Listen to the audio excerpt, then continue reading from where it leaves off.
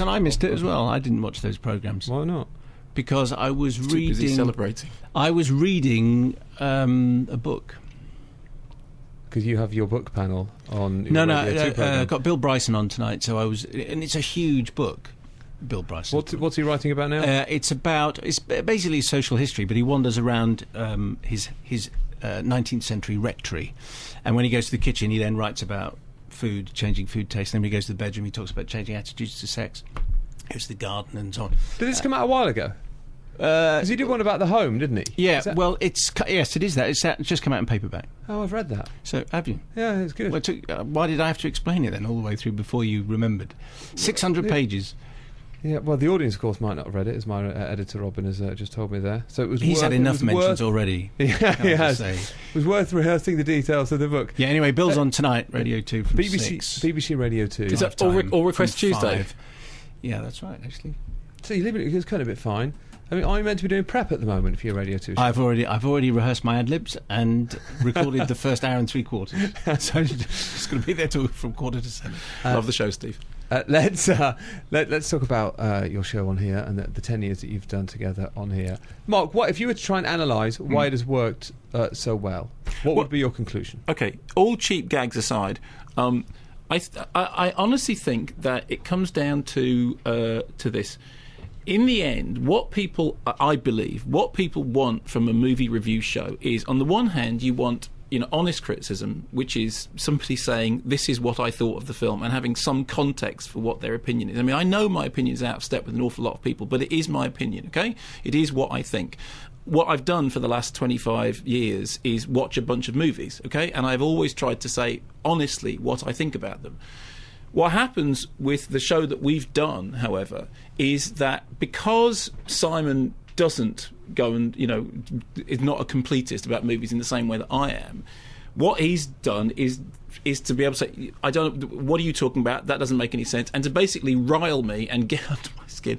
And consequently, what happens is you get an awful lot of people, and correct me if I'm wrong with this, Simon, who actually wouldn't dream of it. Who wouldn't for a moment listen to me, wouldn't for a moment listen to that boring, bleating bloke who's a complete film completist, rabbiting about this and that, but will listen because what they're actually listening to is Simon Mayo with a film critic. And I think that's the key thing. I'm not in any way to undermine my own role, but I think the key thing is that what Simon does is that Simon is a brilliantly listenable, for my money, the best, present company excluded, broadcaster in the country. And people will listen to Simon because that's what they do. And what I am, therefore, is the annoying film critic who is made to sound all right through being in a room with Simon. That, incidentally, is the last time I'm going to be nice about you on there now. I've said this before. Johnny Vaughan said my role is the choric role, and I didn't understand him, so I asked him to explain. And he says it's in Greek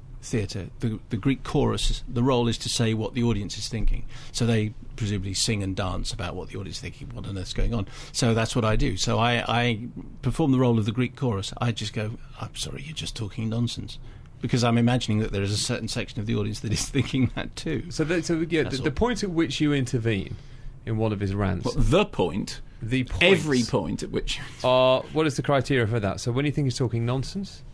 It's not written down. I just being a bit pompous. If it occurs to me that an interjection would help, then I'll interject. But essentially, Mark reviews films, and as he's the best film critic around, then he might as well just get on with it, unless he starts getting pompous or obscure. Or both in the same sentence. Or both at the same time. But what that means is, from my point of view, it means that I can just say whatever I want, however I want it, and it's Simon's job to mediate that and make that acceptable to the audience. I do not believe that what people want from movie review shows is somebody going, if you like this, then this. On the other hand, that. It's just nonsense. People don't actually necessarily want a film review. No, actually, no. I think that's probably true. People, I think, do think that some people listen to the show, we know for a fact that some people listen to them who don't go to have the no cinema. intention of going to the film. Well, some people will read some text out in a moment which reflect that very point. You mentioned Johnny Vaughan there. You were in with him, weren't you, a couple of months ago? Yeah. And he made that point about critics saying, reviews, what you should ask yourself is, did this film or did any work of art achieve what it set out to achieve within its own terms. Within its own terms. Yeah. which Well, I is think quite there are a number of things that a proper review needs to do. Okay. I think one of them is that it has to have context. Where did the film come from? What is it? What is it trying to be? And does it actually do the thing it's trying to do? So if it's a comedy, does it make you laugh? If it's a horror film, is it scary? If it's an action adventure film, is it is it action-packed? Is it adventure? Also, you have to know, and I think this is a responsibility of the critic, you have to know the other films that it might have been drawn from. Like, for example, if it's an American remake of a Japanese horror film, see the Japanese horror film first before you tell me what you think of the American remake. No, it's important. Okay, that's not the role of the punter, that's the role of the critic. Beyond that, there's another thing, which is people will tell you that actually it's possible for criticism to be objective. It's not. Criticism is innately subjective, so all you can do then is to say how you personally felt about it. One of the things that But that's different to the Johnny Vaughan point. No, it's not different to the Johnny Vaughan point. What it's saying is that you can judge. In fact, if you're doing film criticism properly, you have to do a number of criteria. What is it? Where does it come from? These are factual things. And does it... I mean, I've often said, for example, I was in a screening with The Hangover 2. Well, actually, that's a bad example because nobody laughed then. I was in a screening with some other movie in which everyone else around me was laughing, but I didn't. What I wouldn't do is say, everyone else around me is laughing, therefore it's funny. As far as I'm concerned, it's not funny, but I will concede that I was in a screening room with other people who did. We went to a screening... Sorry, I just wanted to chip in here. Yes, I was waiting to see where you would chip in. Well, I went to see a screening of The Boat That Rocked. Mark was the only one who laughed. I laughed my No head. one else laughed apart from Mark. He was the only one who was laughing. And Mark Lawson was in front of us. And irritated by the fact you were laughing. And the more Mark Lawson didn't find it funny, the funnier I felt it. But those two things... now, that means... Yes, that your subjective response. Yes, and your experience will differ depending on who else is in the room. Of course it will, but if you're going to do the job properly, what you have to do is be able to do all of these things, which is to say, I mean, demonstrably, for example, Paranormal Activity scared some people. I know for a fact that it did, because James King, whose views I respect very much, was scared out of his mind by that film. I saw Paranormal Activity as somebody that's seen Cannibal Holocaust, Blair Witch, Last Broadcast, all that stuff, and to me it just looked like an old box of tricks, but I do understand that it worked. However, I also understand that Paranormal Inactivity 2 was a different kettle of fish, and people who were scared by Paranormal Activity realised that the sequel was duff and inferior. But the thing you can't do is pretend that what you... is trying to think, what will the mainstream audience like, and then second-guess them. No, but does it achieve what it set out to achieve? That's a different question. Well, in the case of Paranormal Activity, no. Okay. I'm going to read out some text. Yeah. General text. My husband, Andrew, never misses the Mayo Kermode film review. This is despite the fact that the last time we went to the cinema was in the last century. He argues that he doesn't have to go, as he gains all the film knowledge he needs from listening to the Friday afternoon programme. Mark goes and sees them so that we don't have to. Yeah. I think that's fair enough. There are lots of people who haven't been to the cinema for 10, 15 years, have no intention, they don't miss it, they can get a DVD, they can watch the television, but they just tune in anyway because it's entertaining. A romp. Paul, wow, Simon looks really irritated that you're sitting in his chair. No, trust me, I'm not. Have you ever sat there before as a guest? I think so. When we've done... There are various odd days where I've had to present from this particular chair. Oh, well then, okay. So it's not that odd, really. All right, but not being in control as if I was sitting on that chair, that would be strange, the one next to me. The orange mic. Yeah. That's where the big guests That's go. my chair. But I'm not on it because Jack D was on it. Right. Because I'm nothing but a guest or a contributor. That's very true. Always remember that. Thank you to Mark and Simon for 10 years of making me laugh. It's also my 10th anniversary as a married man. I once got the boys to play the Czech national anthem in the show on the spurious grounds that it was the world's saddest piece of music. My Czech wife loved it enormously. Thank you, says Andy. That must have been because there was the release of that film, The Saddest Music in the World, the Guy Madden film. So did we make him miserable? Well, it's a strange request, isn't it? Well, sad is not the same as miserable. No. Well, they're pretty close. No, sad is like melancholic, but miserable is miserable. Oh, I see. Now you've explained it like that. I get it. Yeah. The Stephen King novel wasn't called Sadness; it was called Misery. If it had been called Sadness, it would have been very different.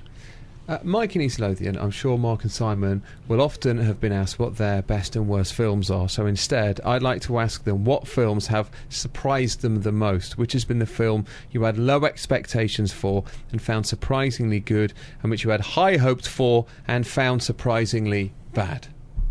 Shall I start? Yeah. Well, the thing that surprised me a lot recently was, the Guy Ritchie Sherlock Holmes, because I really thought that Guy Ritchie was a spent force, and I hated Revolver and Rock and Roll. I thought they were terrible. And I went along to see Sherlock Holmes, and I was really surprised by how much I enjoyed it. I mean, it was a really good, well-made post-Hammer romp that understood its source material and interestingly enough, although it had some of the Guy Ritchie sort of trademark quirks to it, it looked like a proper film as opposed to that kind of self-parody which he had fallen into. And in terms of the most disappointing, what is the most disappointing thing I've seen recently? Well, it depends what your level of expectation. Well, I was crushingly disappointed by Pirates 4 because I did think because I did go in with an open mind and I did think, well, is it awful? No, it's just incredibly nothing. I mean, it's not awful. It's not like Gore. Are they all nothing? No, they're different nothing. Pirates 1 is bad. Pirates 2 is worse. Pirates 3 is a crime against cinema. Pirates 4 is just dull. And so dull it's the best one then? Yeah, it is. If you're going to be surprised by a film, just to be extremely contemporary, because it refers to a guest we had on in the last couple of weeks. Yeah. I would say Senna has to be one of the most surprising films, given that there'll be a lot of people who think, I know Ayrton Senna's story, do I really want to go to the cinema to see 2 hours about Formula One? Well, to which the answer is, I think you probably should, because it's truly fantastic. You should also say, like La Quattrovolta, which is on release now, if somebody said to you it's a silent movie about goat farming, you'd go, yeah, right, but it's terrific. I mean, it's really, really exciting. Do you, Simon, do you tend to go to screenings together quite a lot? We did this morning, but usually not, because Mark operates on a different schedule, so we operate at different times. And also, Mark has to see everything. I go and see them if there's a guest attached. Oh, I see. So we're hoping Tom Hanks is going to be on the show fairly shortly, so we both went to see the new Tom Hanks film, and we just happened to be in the same. And how close are you outside of your I took a working text. life? I did check a text. You checked a text during the film? In the cinema? I should have done that. But you see, no one noticed. You were sitting behind me, though. No, you weren't. You were sitting in front of me. No one noticed. Ah. If it's a boring film, there's nothing wrong with checking your texts. No, moving on from that. No, but you cup your screen anyway, so not too much light is emitted. You can do it. Well, I went under my coat. There you are. See, it's perfectly possible. Or you just to do turn it off and wait till the end of the film to answer. How close are Unless we you've outside got of the a studio? babysitter. So if you've got a babysitter and you say, give us a call if there's a problem with the kids, you've got to leave the phone on and Fair Then enough. leave the theatre. Leave the theatre. It's like that thing about people taking... No, you can't leave just to check if there is a problem. You go out, you step out of the auditorium. It's like the thing about people taking phone calls on trains. You know what? Get out of the carriage, stand in the corridor. What are you? Do you own the railway suddenly? It's a public railway. You can have a phone call. Go and stand in the bit outside the toilet and then come back in again. Don't make the rest of us have to sit listening to you having your business meeting with Jeff. I mean, what happened? Did I miss a meeting somewhere where this all became fine? I think that's different. That's talking on a train. This is checking a text. They are different. Light They are different in a cinema, things. which is a medium based upon light. I love the way you point at him to make a point. Trying to exert authority. To repeat your in my question. gym recently, a woman came up to me and she went, In I was my texting, gym. and she went, you're not allowed to use your phone in here. And I said, I'm texting. That rule isn't for texting. It's for talking. Sorry, Mark, how close are you outside of work? Well, not at all. He's in Southampton, I'm in North London. All right. So you don't socialise? No. Well, never. He's in Southampton, I'm in North London. Well, I know, but I've got, the friends in different cities. I mean, every now and then we end up in the same place together. In the same pub, drinking Belgian ale. Drinking Belgian ale, that's right. Yes, but that's like a holiday thing. It's like that only ever happens because we live in completely different places, so we don't. Oh, that's a shame. I've seen the Dodge Brothers 3 times. Yeah, have you read my book? There's only enough skiffle, there's only a certain amount of skiffle that any grown man can take. This And is Mark's band. 3 appearances is quite enough. Have you read Mark's book? I've read the chapter with me in it. He had to, because I sent it to him in advance to say, is there anything in here you want to, that you don't like? I kind of heard all the rest. So Yeah. I don't need to read the rest. I've got Bill Bryson books to get through.